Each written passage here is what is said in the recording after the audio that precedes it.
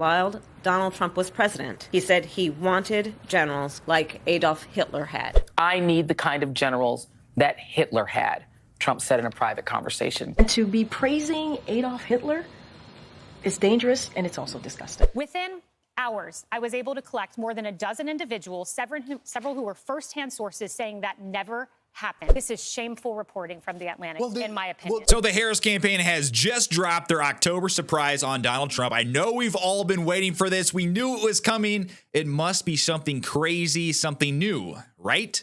Well, actually, once again, they are saying that Trump is literally Hitler.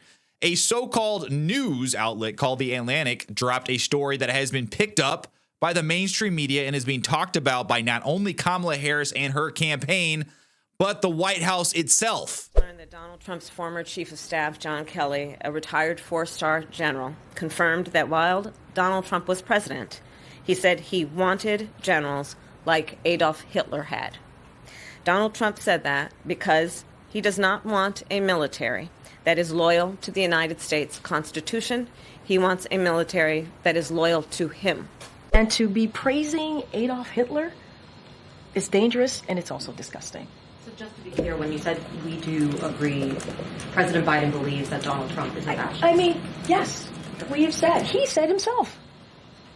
The former president has said he is going to be a dictator on day one. We cannot ignore that. So what does this article say? Well, this is a headline for the article from The Atlantic. It says, Trump, and then in quotes, I need the kind of generals that Hitler had. And then it goes on to say that Trump attended and offered to pay for the funeral of a military soldier named Vanessa Guillen. But after receiving the bill, anonymous sources, yes, anonymous sources, why are they always anonymous? But these sources, which of course are fake and don't exist, said that Trump said, and I quote, it doesn't cost $60,000 to bury an effing Mexican, and don't pay it. And then later he apparently said, effing people trying to rip me off. And then later in the article, this outlet casually reports that before Trump left office, he said, and I quote once again, I need the kind of generals that Hitler had. And this, and I quote from The Atlantic, is according to two people who heard them say this. Yes, right here, this is what it says. The actual quote, according to two people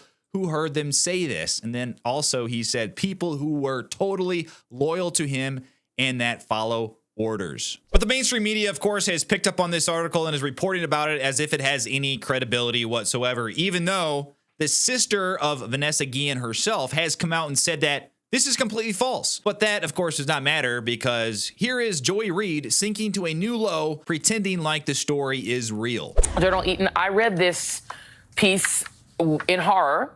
I want to read just a little bit more of it. This is how it starts. It says the personal qualities displayed by Trump in his reaction to the cost of the Guillen funeral, which he described, contempt, rage, parsimony, racism, hardly surprised his inner circle. Trump has frequently voiced his disdain for those who serve in the military and for the devotion to duty, honor, and sacrifice. As his presidency drew to a close and in the years since, he has become more and more interested in the advantages of dictatorship and the absolute control over the military that he believes it would deliver. I need the kind of generals that Hitler had, Trump said in a private conversation in the White House, according to two people who heard him say it. So instead of listening to Joy Reid, let's actually go to Vanessa Guillen's sister herself. What did she say? Well, she actually retweeted this article from The Atlantic, and this is what she said right here. This is a tweet directly from the sister, not any anonymous so-called sources out there that have interest in sullying Donald Trump's reputation. No, this is Mayra Guillen herself, and this is what she said. She retweeted the article, and she said, wow, I don't appreciate how you are exploiting my sister's death for politics, hurtful and disrespectful to the important changes she made for service members. President Donald Trump did nothing but show respect to my family and Vanessa. In fact, I voted for Donald Trump today. All right, so that debunks the first part of the article where they said that Donald Trump said all these horrible things about paying for this funeral. What about the second part of the article when they say that Donald Trump said he wants to have generals that Hitler has? Well, that one's a little bit different, but I think you're going to like this one because I want you to look at right here the author of this article. Now, this is Jeffrey Goldberg. Now, you probably have not heard of this author, but you probably have heard of another article that he's written titled, Trump said Americans who died in war are suckers and losers, by guess who? Yes, Jeffrey Goldberg. And this is another article which says that these anonymous so-called sources came forward. They don't want to give their names, but they are saying that Donald Trump said horrible things. I heard this overnight. So this is the Atlantic. It's Jeffrey Goldberg. And here's the headlines from the Atlantic. Trump, I need the kind of generals that Hitler had. And you can see the subtitle there, the Republican nominee's preoccupation with dictators. And it goes on. When I saw this, first, they talk about a meeting with the Guillen family. The Guillen family tragically lost their sister, lost their daughter. She served our country honorably. And they characterize a meeting, one in which I was in. I was not in this December meeting they speak of, but a meeting with this family. And here's what the sister said about this story. Wow, I don't appreciate how you all are exploiting my sister's death for politics, hurtful, deceitful, the important changes she made for service members, and indeed she did. President Donald Trump did nothing but show respect to my family and Vanessa. I was in that July meeting. That was undoubtedly the case. But the reason my antennas went up last night when I saw the name Jeffrey Goldberg is because I was on a tarmac in September of 2020, and a story popped from him in the Atlantic, and it was the suckers and losers story we have all heard.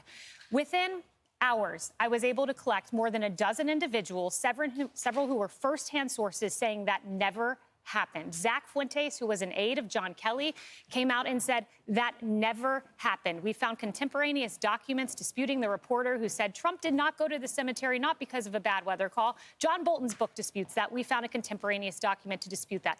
My point is, this is based on 4 anonymous sources, 2 weeks before an election, 100%. Disputed by people on the record, and yet it led a CBS News broadcast. What a shame. Did they what include a shame. your portion? Did they include? No, they never reached out to me. I was in that first meeting, never reached out to me. But I will say this quickly. Donald Trump, I have never seen him more downtrodden than when the suckers and losers story came out. He normally, stuff came out of about his finances, fake stories. He didn't care. He was devastated by that story. I remember him saying, what kind of monster would ever say words like that? This is shameful reporting from the Atlantic, in my opinion. So I, of course, completely agree. This is absolutely shameful reporting. And not only that, but the White House is talking about it. Mainstream media is talking about it. I mean, I expect mainstream media to talk about it, but this is like a new low. There's nothing confirmed about this. They try to cover their butts by saying, oh, I heard this, or anonymous sources. This is what someone is saying. But they're bringing this up on the news and trying to report on it as if it were fact. Karine Jean-Pierre herself is talking about this, how Trump wants to be like Hitler, how he wants to be a dictator and all these things. Kamala Harris is talking about this, specifically referencing the Atlantic story.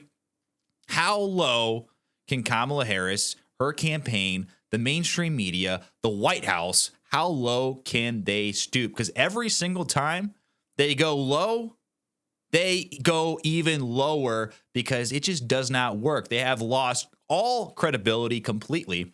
No one believes their BS anymore. I love to see it in a way, but at the same time, I'm like, you know, what's going to happen with media in our country? I mean, I make fun of them all the time because what they say is so unbelievable. It doesn't make any sense. You can clearly tell that they're just trying to steer a narrative. They're trying to get you to do something. Anchors like Rachel Maddow, Joy Reid, they come up there and they have their serious voices on. They bring up these serious people and they talk about these things in serious tones. And it's just like, what are you guys? What is some sort of psychopaths? What's going on here? But, you know, I guess that's the way it goes right now because they're getting desperate and none of it's working. And Kamala Harris, of course, her poll numbers are crashing down. They know the jig is up.